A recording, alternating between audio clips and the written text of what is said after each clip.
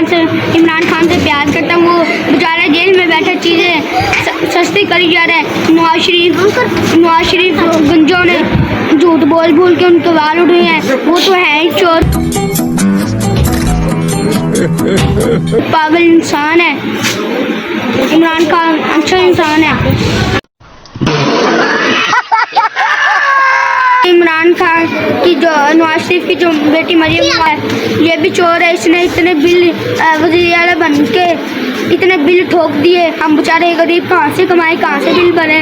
इनको कोई एहसास नहीं होता, मुल्क को लूटने आ गए हैं। अच्छा भला इमरान खान साहब जीत गए थे। शाबाश बेटा, बहुत बढ़िया। इमरान